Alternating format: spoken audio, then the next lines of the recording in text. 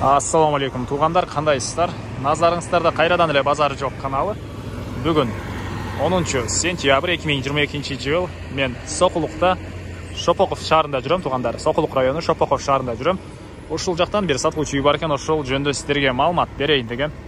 Биринчи жолу баруу жолун түшүндүрөйүн. Мен турган жер Фрунзе, жанагы чоң трасса жана Шевченко көчөсүнүн кесилишинде турам.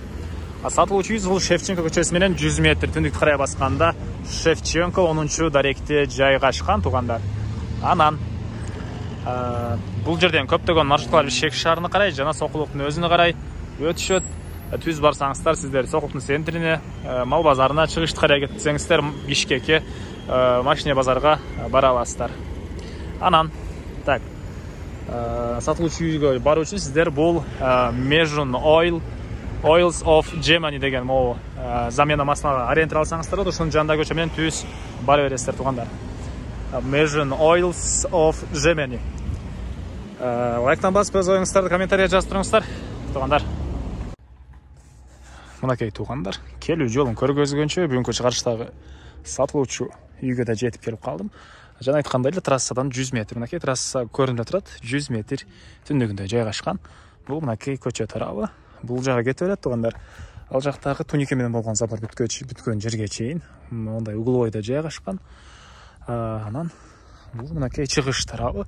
Чыгыш тарабына негизги кирүүчү дарбазасы орнотулган тугандар. Жердин аянты 10 соток. Түндүк чек арасы бул жакка чейин, түштүк чек арасы бул заборубуз бүткөн жерге чейин, кошунанын жашыл заборуна чейин болуп калат. Мынакей дарегибиз Шевченко көчөсү 10 даректе жайгашкан. Шопоков шаары. Эми тугандар, андан ары мектеп жөнүндө айтсак, Шопоковдун өзүндө 3 мектеп бар экен. Бул үйүбүзгө деле мектеп жакын. Садик бар тугандар, жакын жерде. Трасса жакын, көптөгөн маршруткаларга сиздер шаардан келсеңиздер деле шаарга жөнөсөңүздөр, бат эле чыгып маршрутка отуруп кете бересиздер тугандар. Кыйынчылык жок, транспорт менен эме кылган. Анан корейский колледж бар экен жакын жерде. Мына ушундай Шопоков шаарында дагы кандайдыр маалымат билгендер болсо комментарийге жазып коебуз тугандар.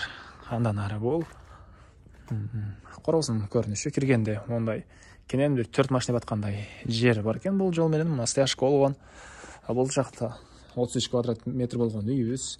Анан бул жакта кухня, времянка, ал жагында мал сарай, тоокана, летний тооканалар бар экен. Бул жак көмүркана окшойт менин оюмча. Карайынчы, ошону үйдөн ээсине сурап турмун. Ооба, отункана, көмүркана экен. Бул киргендеги эле сол таптагыбыз. Азыр биринчи болуп үйдүн чоң үйдүн ички тарабын көргөзөйүн, андан соң чыгып коросундагы могу помещенияларды бир шекенден маалыматын берем. Бул чыгыш тарабы. Көрүп турганыңыздардай забор менен болгон ортолукта ушунча жер бар. Гүлдөрдү эгип койгондо чуруу экен тугандар. Бул негизи кирүүчү эшиги, мына ушундай темир эшик орнотулган. Андан түскүрсөк прихожка. Мынакей дуалы. Бул жагы житки обой экен тугандар. Мынакей ички тарабына раковина орнотулуп, суу чыгарылыптыр. Мына ушул жерден түзөтсөк, бул жакта душ, суу сарыслан менен жылыйт. Дуалдары, полдору кафель. Суусу канализация. Канализация септикке коюлат тугандар. Андан ары түзөтсөк, бул жакта бир бөлмө, потолок пластик. Көрүп турганыңыздардай жыгачтан болгон полдор. Анан ушул жерден оң тарапка кайрылсак, бир мондай чоң зал жайгашкан. Пол, жыгачтан болгон пол. Түштүк тараптан жана чыгыш тараптан терезелер орнотулуптур. Мына ушундай көрүнүштө. Эми андан ары оң тарапка кайрылсак, дагы бир бөлмө, потолок пластик. Батыш тараптан терезе орнотулган, пол жыгачтан болгон пол, бул жыгачтан. Адашып кеттим тугандар, болуп турат. Так, детский бөлмө тугандар. Пол жыгачтан болгон пол. Монтажда могу жерлерин үзүп эме кылбай эле, болгондой видеолорду чыгара берем. Көңүл бурбайсыздар, кээ бир адашкан жерлерге тугандар. Лайктан басыңыздар, достор менен бөлүшүңүздөр. Ал нерсе мага, үй ээсине жана кимдир бирөө ушул сыяктуу үй издеген болсо, ошол адамга да чоң жардам болот. Азыр үй тапкан деле кыйын тугандар, үй саткан деле кыйын эмес, эми бир жумуш болуп калат, убакыт алат тугандар. Сиздер убактыны бирөөнү үнөмдөгөн болосуздар, бирөөгө жардам берген болосуздар. Бул жакта кухня. Мынакей стяжка экен, полу. Мына ушундай көрүнүштө. Андан ары Кеше күнү бир көрүүчүбүз комментарий жазган экен, табай сен зериккен окшойсуң, бир аз толугураак маалыматтарды бербей жатыптырсың, районду айтпай калыпсың деген ойлорун жазган экен. Мурда айтчу элең деп. Кээ бир көрүүчүлөрүбүз үчүн ошондой подробный маалымат берилгенде эле бир аз зеригиштүү болгонуна батыраак тартып калгам акыркы учурда туугандар. Оюңуздарды комментарийге жазып туруңуздар туугандар, кандай айтартайын, эмне маалыматты, негизги маалыматтардан кайсыларды көбүрөөк айтайын, ошолорду комментарийге жазып жүрүңүздөр. Ал мен үчүн маанилүү. Бул жакта баня. Бул жакта көрүп турганыңыздай алма бактары, жаш мөмөгө кирген. Түндүк тарапта кошуна менен болгон чек ара бул заборго чейин болуп калат.